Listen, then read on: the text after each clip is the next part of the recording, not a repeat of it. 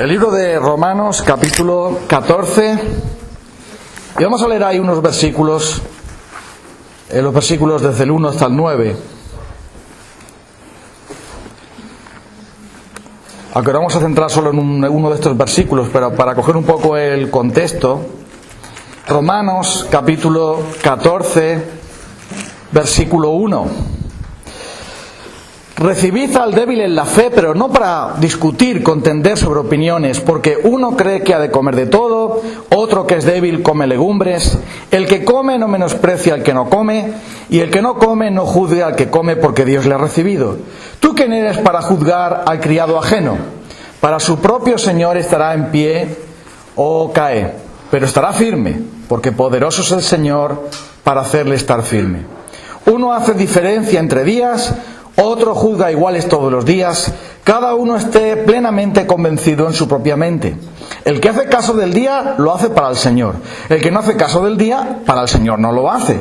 El que come, para el Señor come, porque da gracias a Dios. Y el que no come, para el Señor no come, y da gracias a Dios.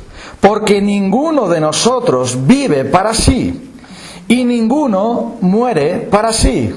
Pues si vivimos, para el Señor vivimos. Y si morimos, para el Señor morimos. Así pues, sea que vivamos o que muramos, del Señor somos. Porque Cristo para esto murió y resucitó y volvió a vivir, para ser Señor, así de los muertos como de los que viven. Bueno, antes de tener cierta avería que tengo ahora en la cadera, a mí me ha gustado mucho correr. Cuando vivíamos en Canarias, íbamos a veces a una playa que hay una montaña y tienes que bajar la montaña para llegar a la playa. La montaña tenía casi 3 kilómetros porque va la carretera rodeando y hay una cuesta bastante empinada. Y un día cuando bajábamos por allí, me encuentro a un jubilado. Cuidado con lo que voy a decir ahora. A un jubilado del norte, de algún país del norte, y subía esa cuesta. Vamos, solamente le faltaba ir comiendo, tomándose un café por el camino, porque iba una cuesta empinada. Claro, yo no subía ese tipo de cuestas.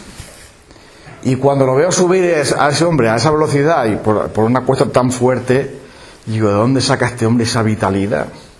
¿De dónde saca ese hombre esa fuerza, que ya está jubilado, para correr tan fuerte por una cuesta tan grande, siendo que hay que hacer mucho esfuerzo?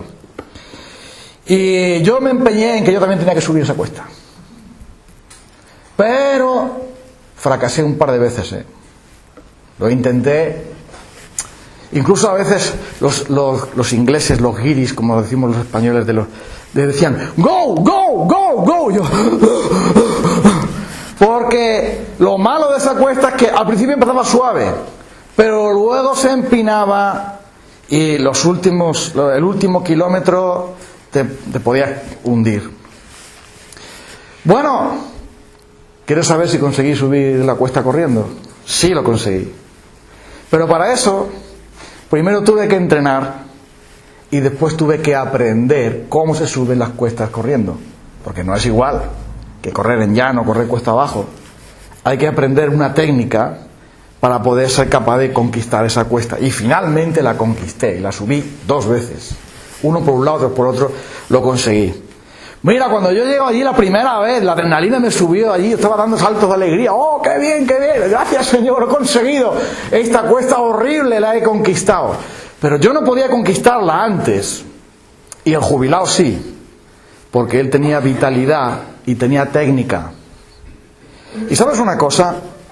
En la vida cristiana, por favor apaga el móvil, que no nos estorbe. Si tienes el móvil por ahí, apágalo para que no nos estorbe. Ponlo en silencio, si eres tan amable. En la vida cristiana, en la vida muchas veces, el problema de no tener vitalidad es que no sabemos. No sabemos cómo enfrentar las cuestas. No sabemos cómo hacerlo. Y es por esto que el secreto de todo eso está en aprender cómo se hace. Y en Romanos capítulo 14 se nos dice aquí que ninguno de nosotros vive para sí o muere para sí. Si vivimos, vivimos para el Señor. Si morimos, somos de Él. Cristo murió para ser nuestro Señor. El secreto de la vitalidad en esta vida es ser de Cristo y aprender a cómo vivir para Él. Ahí está el secreto de la vitalidad. Ahí está el secreto del poder. Ahí está el secreto de conquistar. Cuando tú eres de Cristo, número uno, y cuando aprendes a vivir esa realidad. Cuando aprendes a vivir confiando en Cristo y siendo Cristo tu Señor. Y yo quiero compartir con vosotros 3 cosas. Son 3 cosas fáciles, sencillas, que después Paula nos va a recordar, porque Paula tiene buena memoria. Y ya está preparando el boli. 3 cosas que tienen que ver con ser de Cristo. Ahí dice que somos de Él. Que ya no nos pertenecemos a nosotros mismos, sino le pertenecemos a Él, porque para eso Cristo murió y resucitó. Primera de Corintios 6 también nos dice lo mismo. Dice que ahora hemos sido comprados por precio, glorificad a Dios en vuestro cuerpo y vuestro espíritu, los cuales son de Dios. Así que nuestra vida, si eres cristiano, tu vida le pertenece al Señor. Y ahí está el poder. Saber que eres de Él. Esa es la clave.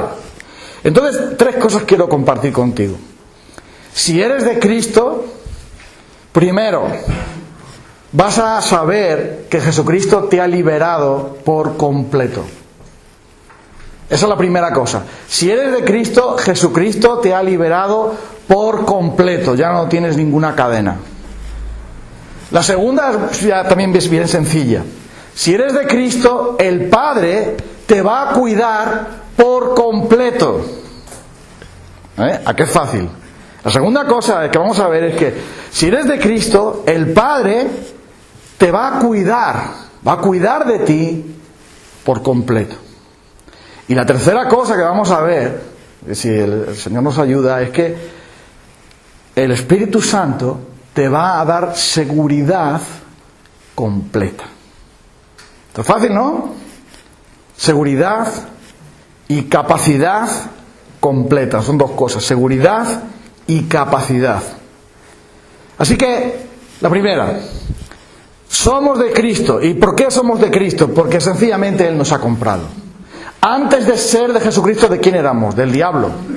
Y vivíamos atemorizados, aterrorizados por el temor de la muerte, por las cadenas de este mundo. Estábamos atrapados por el pecado, viviendo en esclavitud del pecado, como dice el Señor Jesús. Todo aquel que peca es esclavo del pecado, y el esclavo no puede permanecer en la casa, no puede estar libre. Por lo tanto, el libro de Hebreos nos dice que Jesucristo se hizo hombre como nosotros, vivió como nosotros, para vencer a aquel que tenía el poder de la muerte, es decir, al diablo, y darnos a nosotros la libertad. Es decir, es aquel que viene a rescatarnos. Como en las películas que ves que sale el héroe que va a rescatar a los que están secuestrados, a los que están encerrados, y llegan los héroes, se meten dentro donde están los malos, machacan a los malos y abren la puerta para rescatar a los buenos. ¿Lo has visto tú en la película? Sí, lo has visto. Los Vengadores. Ya de los Vengadores rescatar a los buenos que estaban sujetos por los malos. Nosotros somos los malos que estábamos con el malo. Pero vino Jesucristo y Él es más fuerte, derrotó al diablo, derrotó al temor de la muerte, derrotó al pecado, derrotó a la esclavitud con la que estábamos. Por lo tanto, al ser de Cristo, Él nos ha redimido, Él nos ha liberado. Y esta es la gran noticia, la noticia de que al ser libres ahora podemos correr. Antes no, pero ahora sí, porque ya nada nos sujeta. Cuando alguien está preso, no puede salir.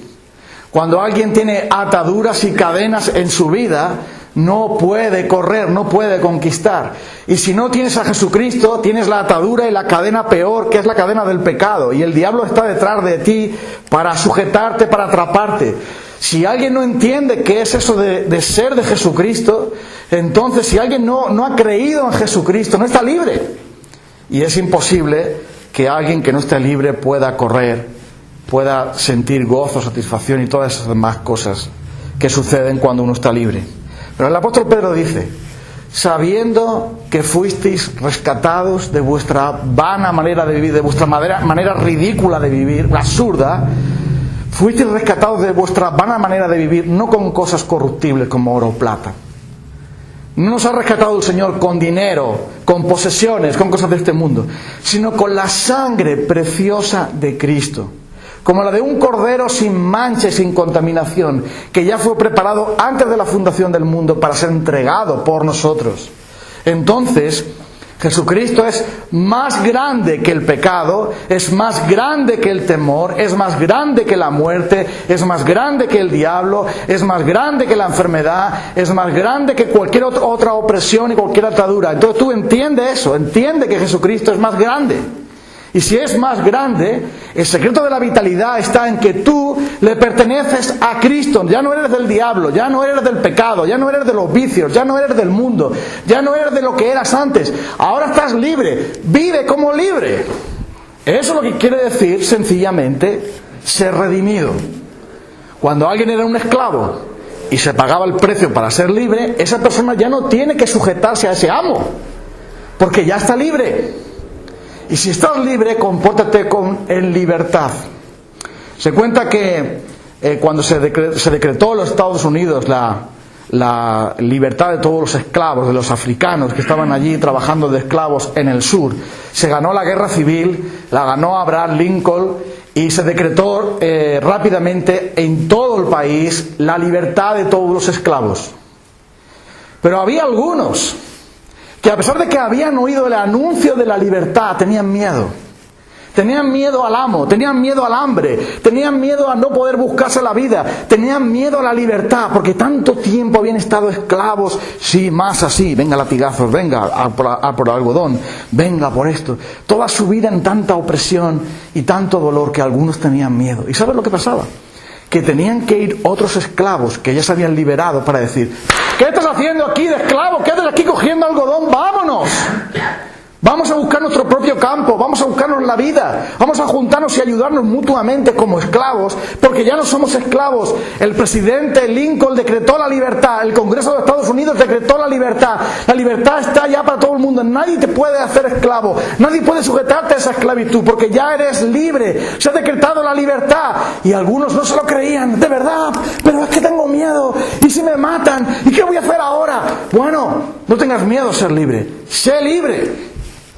Y Jesucristo decretó nuestra libertad en la cruz del Calvario, cuando Él dijo: consumado es. Y si Él decretó la libertad, al momento que tú y yo creemos en Jesucristo, el pecado no puede sujetarte, aunque te pueda hacer tropezar, pero no te agarrará con una cadena, no te meterá en una cárcel, no te meterá en una jaula. El pecado entonces no tiene nada que hacer, el diablo tampoco tiene nada que hacer, el mundo no tiene nada que hacer, eres libre. Y eso es el secreto de la vitalidad. Punto número 1. 2. El Señor cuidará de ti completamente. El Padre, eso lo ha hecho el Hijo, ahora el Padre cuidará de ti completamente. ¿Sabes? Una de las cosas que me asombra del Señor Jesús, que me tiene asombrado cada día, es la manera en que te dice las cosas, que es como si te traspasara el corazón. Y dice esto Jesús. Mateo capítulo 10. No temáis a los que matan el cuerpo. Si os persiguen por mi causa, no tengáis miedo. No temáis a los que matan el cuerpo y después nada más pueden hacer. Si matan tu cuerpo, eso es todo lo que pueden hacer, no pueden hacer más nada. Pero el cuerpo solo es la mitad de ti. O yo diría, la funda de ti. Como la funda de tu móvil es tu cuerpo, no es el móvil, es la funda. Y si pierdes la funda, no perdiste nada, porque el móvil todavía lo tienes. Entonces Jesús dice: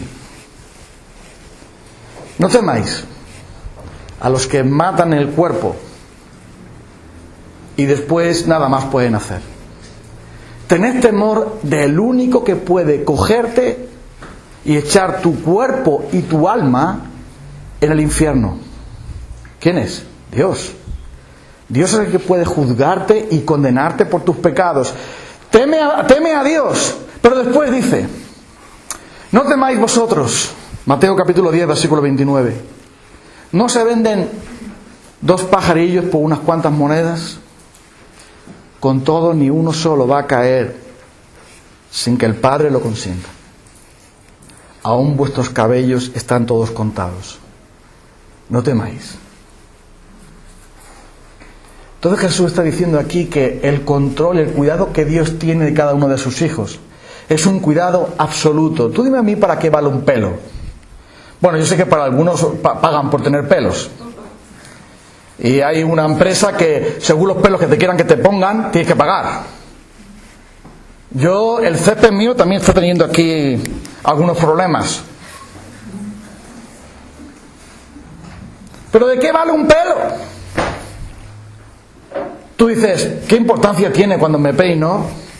Los que se peinan. Pues yo me enfadé con el peine hace tiempo que no me peino. Me enfadé un día con él, lo eché por ahí y no me peino. Solamente las bodas y eso. El sábado tengo boda, tengo que peinarme. Entonces, mira, ¿para qué sirve un pelo?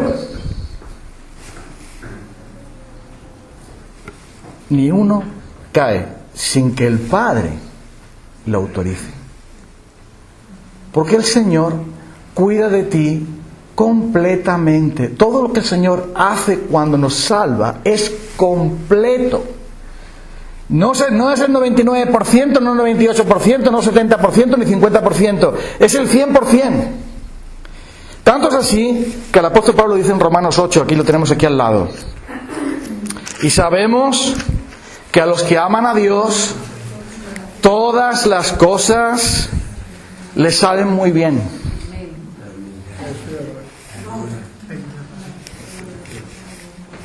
No dice que les salen muy bien, aunque a mí me gustaría que se salieran bien. Dice que ayudan a bien, muy bien, que cooperan para bien. Que Dios pueda hacer que aún las peores cosas, todo va a ser para nuestra salvación, todo va a ser para nuestro bien. Sabemos que a los que aman a Dios, todas las cosas les ayudan a bien. Y es más, el Señor cuida de tal manera de nosotros que ha provisto que todas nuestras necesidades, según su voluntad para nuestras vidas. Recuerda eso. Porque Pablo le pidió al Señor que le quitara el aguijón y el Señor le dijo, mi gracia será suficiente para ti, Pablo. Pablo dijo, bueno, pues me glorío en Cristo. Pero según la soberana voluntad del Señor para nosotros, todas las cosas han sido suplidas, dispuestas y están preparadas en la despensa del Señor para nosotros. ¿Por qué? Pues porque dice sencillamente a Pablo aquí en Romanos capítulo 8, versículo 32, versículo 34. ¿Quién es el que condenará? Cristo es el que murió, más aún el que también resucitó, el que también está a la diestra de Dios, el que también intercede por nosotros. Y versículo 32 dice, el que no escatimó ni a su propio Hijo, sino que lo entregó por todos nosotros, ¿cómo no nos dará también con él todas las cosas? O como debería traducirse, que no se dice aquí, el que no escatimó, no eximió ni a su propio Hijo, sino que lo donó, lo entregó por nosotros, ¿cómo nos dará también generosamente con él todas las cosas? El Padre ya nos entregó a su Hijo y lo envió a una cruz. Ahora lo vamos a recordar cuando tomemos el pan y el vino. El Padre abrió su corazón en los brazos de Cristo en la cruz.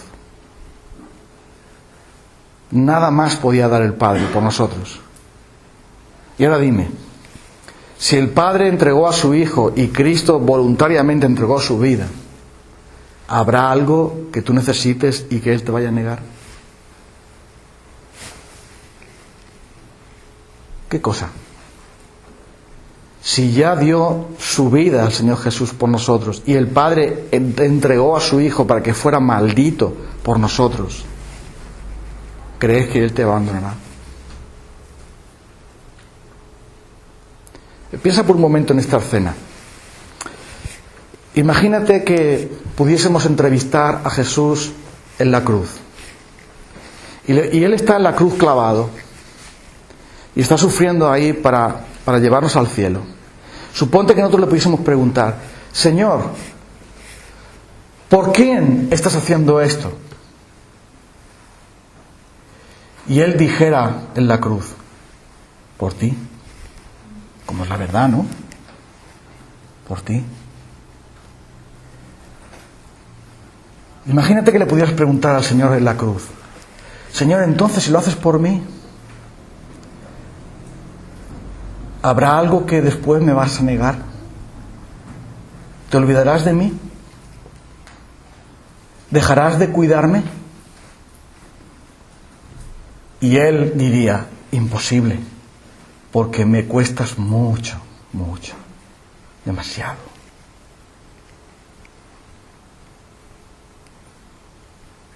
Entonces, cuando la incredulidad surja en tu corazón y el diablo te diga que Dios se olvidó de ti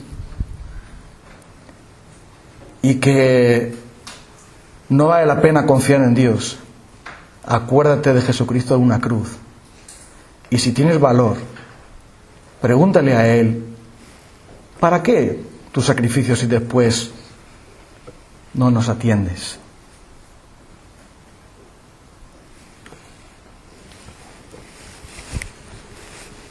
La tercera cosa, la última, es que el Espíritu Santo, según dice Efesios 1, 13 y 14, nos asegura, y según dice Romanos también nos capacita. Efesios capítulo 1, versículo 13 y 14, mira lo que dice ahí el Señor. En Él también, en Cristo dice, en Él también, habiendo oído la palabra de verdad, el Evangelio de nuestra salvación, de vuestra salvación, y habiendo creído en Él, fuisteis sellados con el Espíritu Santo de la promesa, que es las arras, la garantía de nuestra herencia, hasta la redención de la posesión adquirida para la alabanza de su gloria. De tal manera funciona la salvación que una vez que Cristo ya nos ha comprado, ahora Él va a cuidarnos y ahora Él nos va a asegurarnos. Esto es importante. Porque dice aquí que habiendo oído el Evangelio de la salvación, habiendo creído en Él, el Espíritu Santo vino a nosotros para sellarnos, garantizarnos y darnos las arras, el inicio, el primer pago, el primer plazo, por llamarlo de alguna manera, de la garantía de que Él va a completar la salvación que ya nos ha dado. Eso quiere decir, para que seamos para alabanza de su gloria, porque somos posesión adquirida. Y una posesión adquirida es algo que tú no te vas a dejar quitar. ¿Sabes? El otro día un niño de la iglesia le robaron la bici. Pobre Ismael. Él tenía su bici y se despistó, dejó la bici ahí, se fue a otro sitio y cuando volvió la bici ha desaparecido. Entonces, ¿por qué Ismael ha perdido la bici? Entonces le pregunté el sábado: ¿qué ha pasado con la bici? No, es que me despisté, fui a no sé qué, y cuando vine y tal, y entonces mi mamá llamó a la policía y no sé cuánto. Ay, pero es que a mí lo que más me gustaba era la bici, y ya no la tengo. Entonces estamos en busca y captura de una bici para Ismael. Si quieres saber de alguna bici, me lo dices. ¿Cómo es que Ismael ha perdido la bici? Porque es débil. Es un niño. Se le olvidan las cosas. Se la roban. Lo pierde por su debilidad. ¿Cuánto tiempo para tener una bici? Ya no la tiene. Porque la perdió. Porque él es débil. Y hay algunos que piensan, equivocadamente, no han examinado bien las Escrituras, que Dios pierde gente, que Dios pierde a los que salva, que se los roba el diablo, que se los roba el mundo, que se los roba el pecado. Perdonad, hermanos, pero yo en ese Dios no creo. En un Dios tan débil como Ismael, alguien que se deja robar lo que compró en la cruz del Calvario. Disculpa, hermano, pero yo no lo concibo. Porque entonces, ¿qué estamos diciendo? Que las personas que de verdad son del Señor, digo que de verdad son del Señor, vamos a poner un ejemplo de esto. se pierden y Dios no hace nada? ¿Deja que se vayan para el infierno?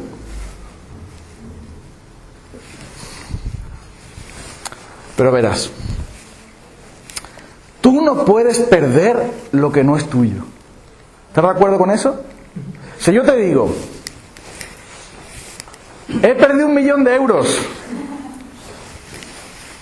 Oye, no sé por qué os reír. A lo mejor tengo por ahí una cuenta en Suiza con 1.000.000 de euros y digo, ay, mira, invertí 1.000.000 de euros en, no sé, las acciones de no sé quién, de una empresa por ahí, de los coches eléctricos o lo que sea, y los he perdido.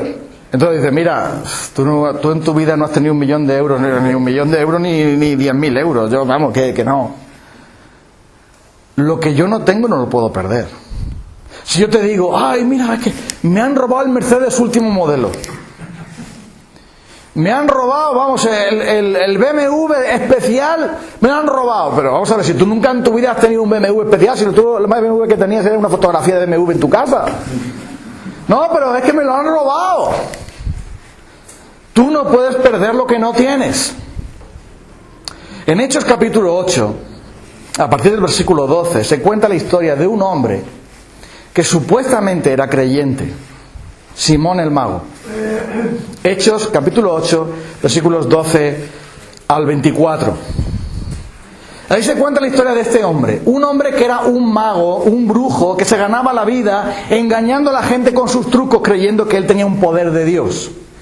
Pero nos dice la Escritura que cuando Felipe anunció el Evangelio, cuando predicó a Cristo, este hombre Simón creyó. ¡Oh! Creyó y se bautizó. Este hombre Simón el Mago dice que viendo los milagros que Felipe hacía, porque el Señor había ungido de una manera especial, extraordinaria a Felipe, el evangelista, un gran siervo del Señor, él estaba asombrado y entonces él creyó y se bautizó y no se despegaba de Felipe para nada. Un buen día llegaron los apóstoles, porque había unos discípulos de Juan que no habían conocido el Evangelio completo, solamente sabían del temor del Señor en Juan, pero no habían conocido el Evangelio completo. Y Pedro y otros apóstoles llegaron allí, les hablaron de Cristo y entonces les preguntaron, ¿habéis recibido el Espíritu Santo? No sabemos nada del Espíritu Santo, somos nomás que de Juan, que hay que arrepentirse y esperar al Mesías. Ah, no, pero ya el Mesías ha venido, venid para acá. Y entonces los apóstoles tenían ese poder del Señor para esos hombres que no habían conocido el Evangelio completo. Les impusieron las manos, esos discípulos de Juan, y recibieron el Espíritu Santo. Entonces llegó Simón y dijo, mira aquí, darme también a mí ese poder, para que yo, al que le imponga las manos, reciba el Espíritu Santo. Bautizado, creyente. ¿Y qué dice el apóstol Pedro de él? Versículo 21 al 23. Tú no tienes parte, tú no tienes arte en esto. Tú eres una persona ajena, una persona impía. Tú no sabes nada, tú estás en cárcel de opresión. Estás en esclavitud del pecado. Ah, entonces ¿por qué me habéis bautizado? Porque tú dijiste que eras cristiano. Pero ese hombre quiso comprar el Espíritu Santo. Dice tú, pero ¿qué pecado has hecho? Dice Pedro. Has querido comprar, tu dinero perezca contigo, tu dinero va a morir contigo, porque has querido comprar el don de Dios con dinero. Estás fuera completamente del reino de Dios, estás en cárcel, estás en esclavitud del pecado, estás bajo la tiranía del maligno por lo que estás haciendo. Y entonces, arrepiéntete, Simón. Rogad vosotros por mí. Es que no tengo tiempo, ¿sabes?, de arrepentirme. Entonces vamos a ver. Ese hombre jamás en su vida fue salvo. Nunca conoció a Dios. Dijo con su boca que sí, como aquellos que recibieron la semilla y brotó al principio con gozo, pero cuando vino la dificultad se secó y no tenía raíz y se murió. O como otra parte de la semilla que brotó y luego los placeres del mundo y las cosas del mundo y los afanes del mundo ahogaron la semilla y la hicieron infructuosa. Pero hubo una semilla que cayó en buena tierra y esa dio fruto 30, 60 y a 100 por uno. Cuando cae en buena tierra la semilla de Dios produce creyentes auténticos, verdaderos. Pero cuando no cae en el terreno preparado por Dios, produce cristianos de cartón piedra, cristianos de plástico, cristianos fotocopias, cristianos que no saben nada, que no conocen a Dios en verdad. Y cuando se les pasa la emoción, entonces se van al mundo, porque son del mundo. Y por eso dice primero de Juan, se fueron de nosotros porque no eran de nosotros. Si hubiesen sido de nosotros, hubieran permanecido con nosotros, pero no todos son de nosotros. Para esto ha pasado, para que se manifieste que no todos son de nosotros. La palabra de Dios habla de una fe que es como el yogur, que caduca, una fe temporal. Y habla de una fe también falsa, como aquellos que creyeron en Jesús por los milagros que hacía. En Juan lo menciona. Dice el Evangelio de Juan que muchos judíos creyeron en Jesús viendo los milagros que hacía. Pero observa lo que dice después. Pero Jesús no se fiaba de ellos, porque conocía el corazón de ellos. Cuando hay personas que ven milagros de Dios en las vidas de otras personas y ven el poder de Dios, dicen, esto, pero en verdad sus corazones no son afectados. Sus emociones son afectadas, sus mentes son afectadas, pero sus corazones no se han vuelto a Dios. Y por eso vuelven otra vez, como dice el profeta, como dice el Señor, el perro vuelve a su vómito y la puerca lavada vuelve a echarse otra vez en el lodo. Si tú tienes un cochino y lo lavas y le echas perfume Chanel número 5, el cochino va a volver otra vez a revolcarse en la basura. ¿Sabes por qué? Porque la naturaleza del cochino es revolcarse en la basura. Y hay personas que dicen, yo soy cristiano, a mí me bautizaron, yo me bauticé, yo he ido a evangelizar, yo he estado no sé dónde, yo he hecho no sé cuánto. Pero escucha, ¿qué dice Jesús? Muchos me dirán en aquel día, Señor, hemos profetizado en tu nombre.